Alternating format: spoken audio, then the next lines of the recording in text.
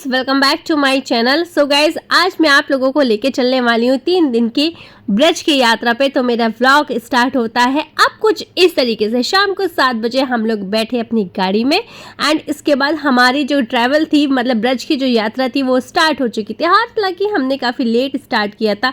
तो हमारा सबसे पहले जो ब्रेक होता है वो होता है चाय के लिए शाम की।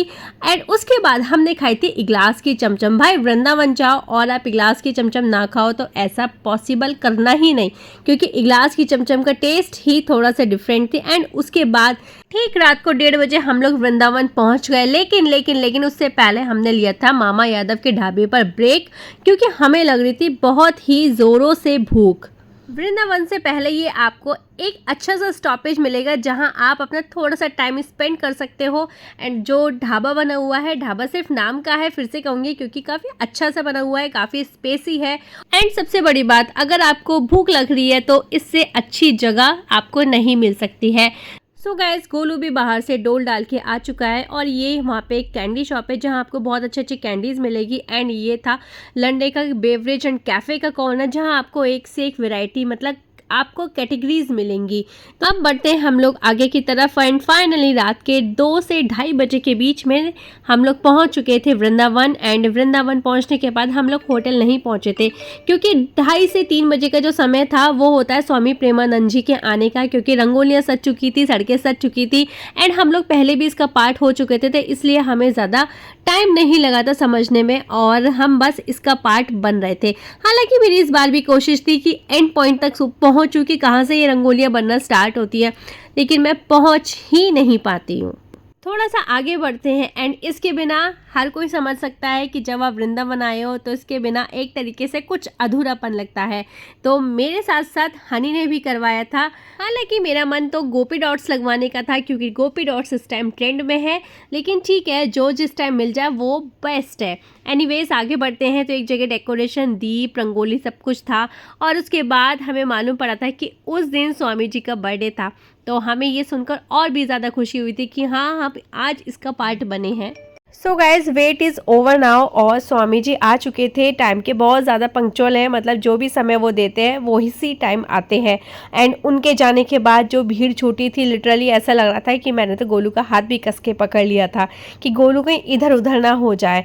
तो बहुत बड़ा जत्था जो था वो उनके पीछे दौड़ रहा था। अब है हमारे ब्रज की यात्रा का दूसरा दिन, मतलब आज हमें करनी थी गोवर्धन की परिक्रमा। तो परिक्रमा छोटी परिक्रमा से स्टार्ट होती है और हम लोग पहुंचते हैं सीधे मानसी गंगा पर। मानसी गंगा पे ज़रूर आपको एक बार स्नान करना चाहिए। और ये परिक्रमा जो पूरी होती है वो सीधे मुखारविंद यानी जतिपुरा पर पूरी होती है। हमारी परिक्रमा अभी चल रही है और हमने, क्योंकि दोपहर थी तो हमने ये परिक्रमा जो पूरी करी थी ये ऑटो से करी थी। रिक्शे वहाँ पे अवेलेबल होते हैं और आप बहुत इजीली अपनी परिक्रमा कर सकते हैं। एंड इसके बाद हम सीधे पहुँचते हैं बरसाना यानी श्री जी महल पर और हमने अभी ले ली है एंट्री। हालांकि हैशटैग बना रखा है, लेकिन आपको हैशटैग दिखेगा ही नहीं कि मैंने कहाँ हैशटैग बना रखा, और ये थोड़ा सा अद्भुत सा नज़ारा रहता है वहाँ का। तो अभी हम लोग पहुँच चुके हैं अंदर। एंड ये है वहाँ का बाल रूप, मतलब राधा जी वहाँ बाल रूप में विराजमान है। दर्शन करने के बाद हम सभी लोग वहाँ से लौट रहे हैं।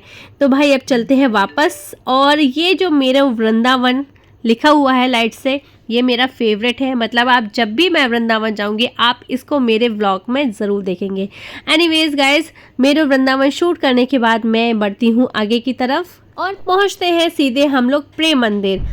प्रेम मंदिर मैं ज़माने से जा रही हूँ, बहुत सालों से जा रही हूँ। गोलू छोटा था तब से जा रही हूँ। आज तक एक बार भी ऐसा नहीं हुआ है कि मैं प्रेम मंदिर टाइम से पहुँची हूँ, हमेशा भागते दौड़ते पहुँची हूँ। एंड इसके साथ साथ जो हमारा वहाँ का शो होता है लेज़र लाइट शो, वो हमेशा निकलता है। अब बारी आती है थर्ड डे, मतलब आज ब्रज में हमारा तीसरा दिन था। एंड फाइनली जिस गोपी डॉट्स की मैं बात कर रही थी, हालांकि उतना ट्रेंडी नहीं मिला, लेकिन ठीक है अच्छा मिल गया मेरे को और गोपी डॉट्स फाइनली मैंने लगवा ही लिए। एट लास्ट दर्शन वगैरह करने के बाद हम लोग सीधे पहुंचते हैं मथुरा यानी जन्मभूमि पर। जन्मभूमि पे हम लोग एंट्री कर रहे हैं, गाड़ी हमने पार्क कर दी है। और अब कुछ बातें हैं जो मैं आपको बताना चाहूँगी कि जन्मभूमि पर जाते समय आपको एक तो कैमरा अलाउ नहीं है, मोबाइल अलाउ नहीं है, ये सब आपको लॉकर रूम में रखना होगा। जी हाँ, आपको सब कुछ ये लॉकर रूम में रखना होगा। इसके साथ साथ गाड़ी की चाबी, स्मार्ट वॉच आप कुछ भी इलेक्ट्रिक आइटम नहीं लेके जा सकते। इस समय मैं खड़ी हूँ गली में, ये जन्मभूमि की वो गली है, बहुत चौड़ी है और इसका जो रात का व्यू है वो बहुत ही डिफरेंट और बहुत ही प्यारा सा है। एंड जन्मभूमि पर दर्शन करने के बाद हम लोग पकड़ते हैं रिक्शा। मैं और गोलू बैठे हुए हैं अभी पीछे पीछे वाली साइड पर, और भाई लिटरली बड़ा ही मज़ा आया। यहाँ पर एक अलग ही कुछ जुलूस निकल रहा था, जहाँ पे लड़के डांडिया खेल रहे थे, डांडिया के साथ साथ वो कुछ अलग ही टाइप का डांस भी कर रहे थे। तो गाइस ये थी 3 दिन की ब्रज की यात्रा। हालांकि ये दिन बहुत ही कम लगे, कुछ चीज़ें थी जो अभी भी रह गई हैं एंड हमने उनको डायरी में नोट कर लिया है।